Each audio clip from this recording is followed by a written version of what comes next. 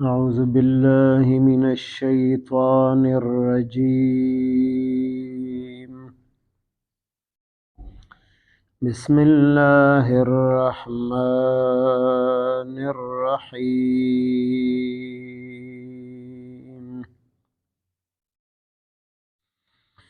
يا أيها الذين آمنوا إذا قمتم إلى الصلاة فاغسلوا وجوهكم وأيديكم إلى المرافق وامسحوا برؤوسكم وأرجلكم إلى الكعبين وإن كنتم جنبا فاطهروا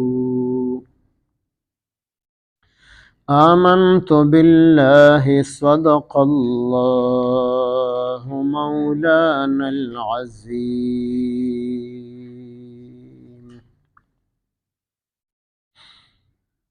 سورة مائدہ شپږم سپارہ شپږم نمبر آیت ابتدائی حصہ.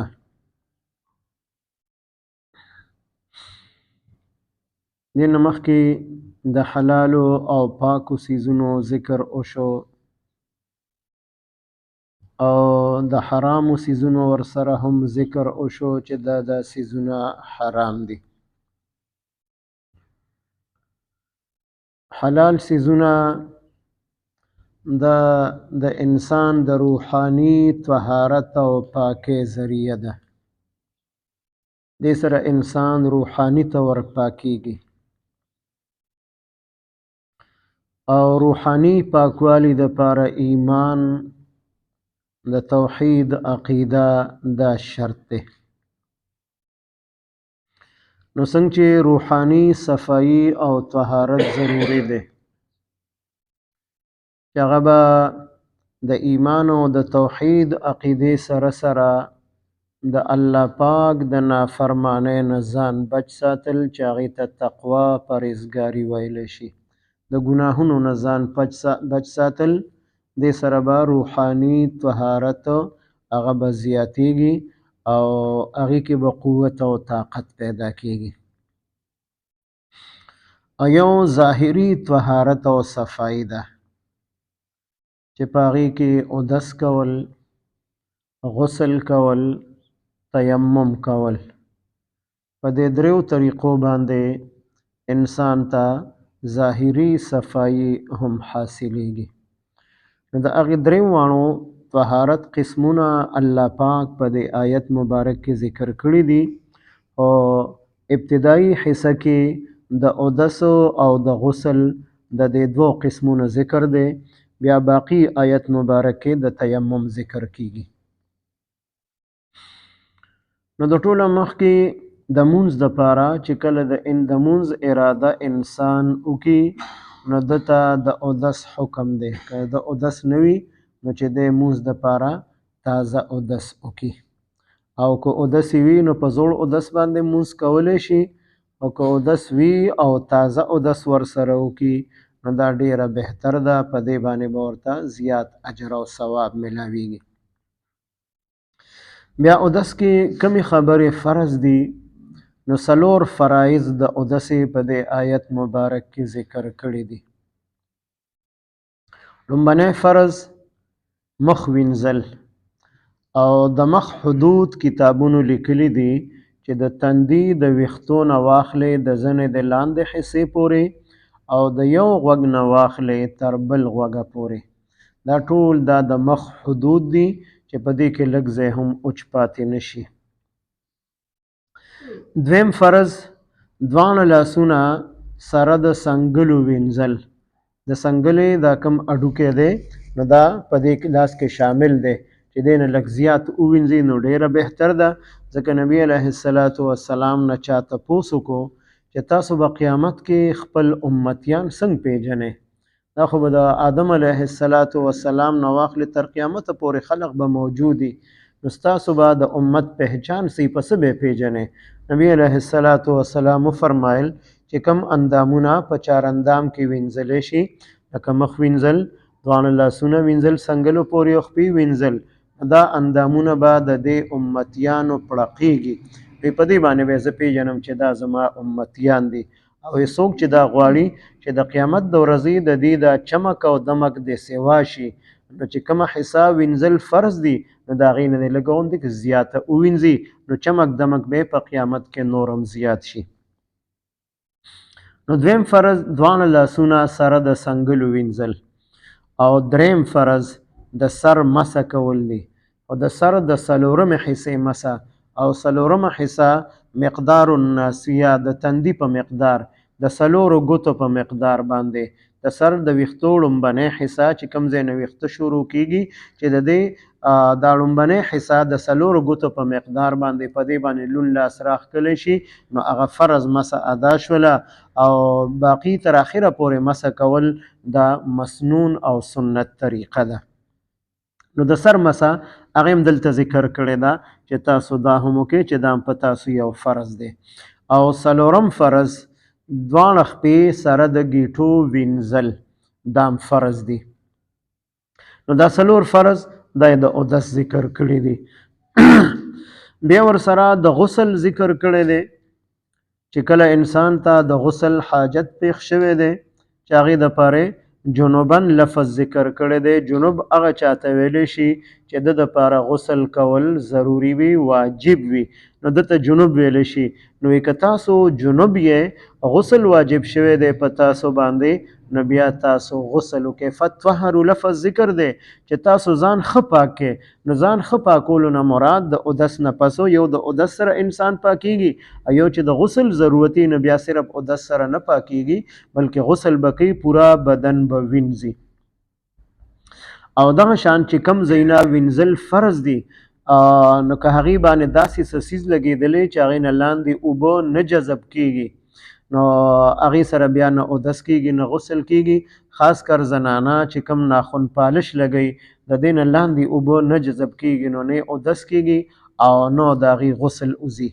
نو په دواړو حالاتو کې دی ګناهګارې پاتې کیږي. نو دا څیز استعمالول نه دي پکار چې د هغې په وجه باندې نه اودس وشي او نه د انسان غسل وشي.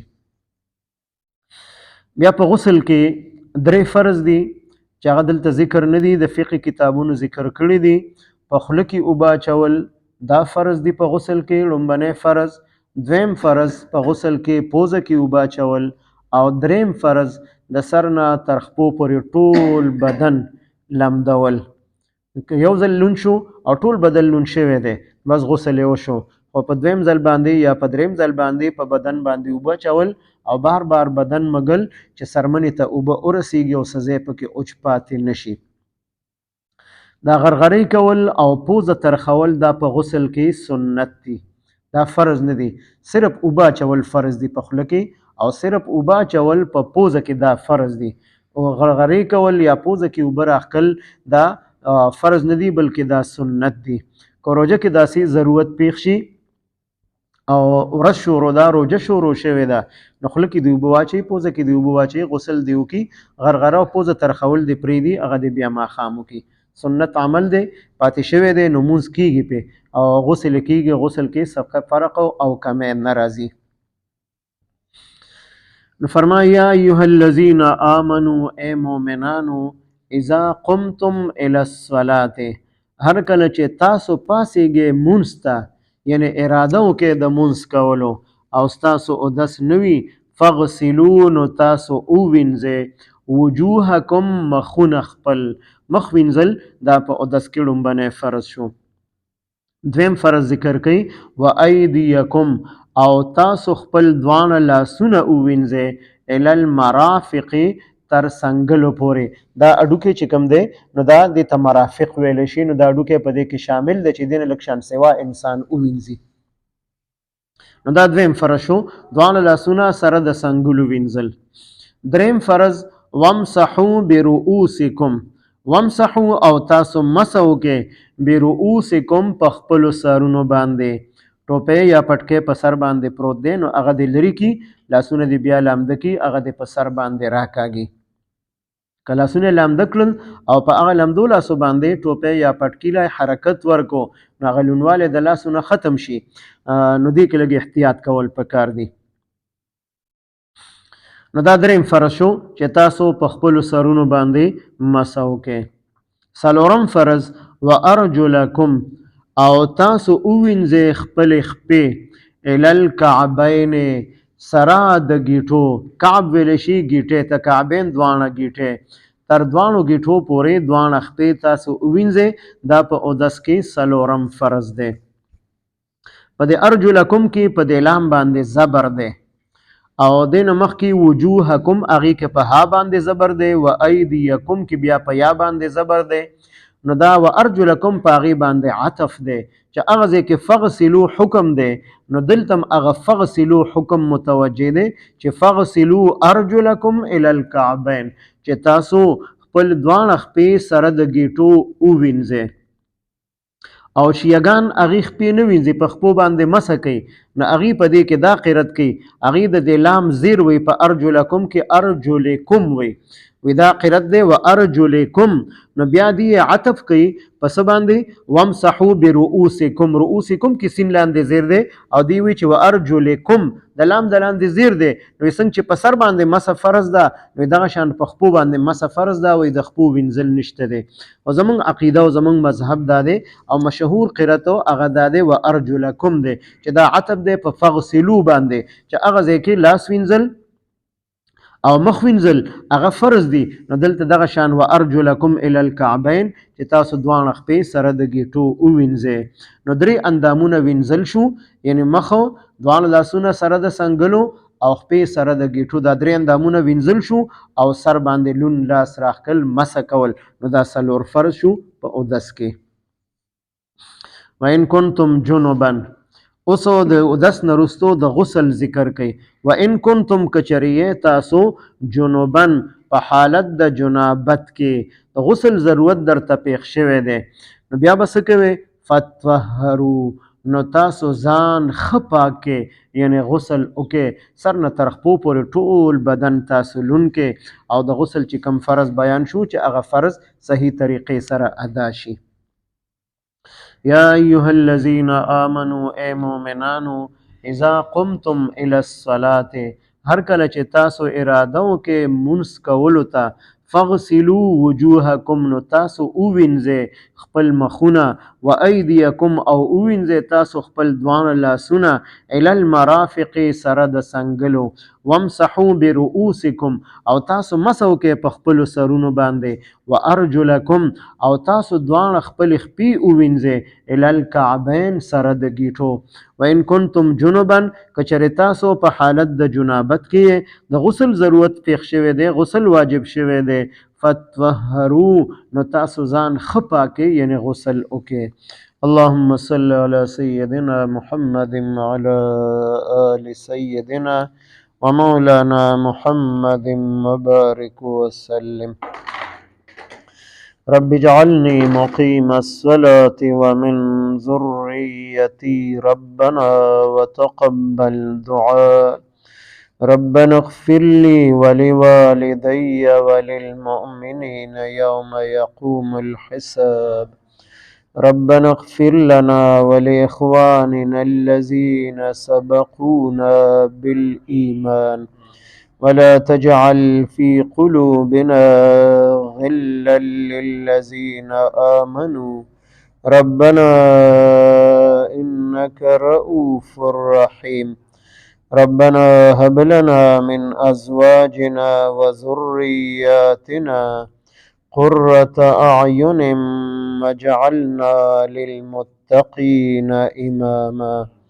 وصلى الله تعالى على خير خلقه محمد وعلى آله وأصحابه أجمعين.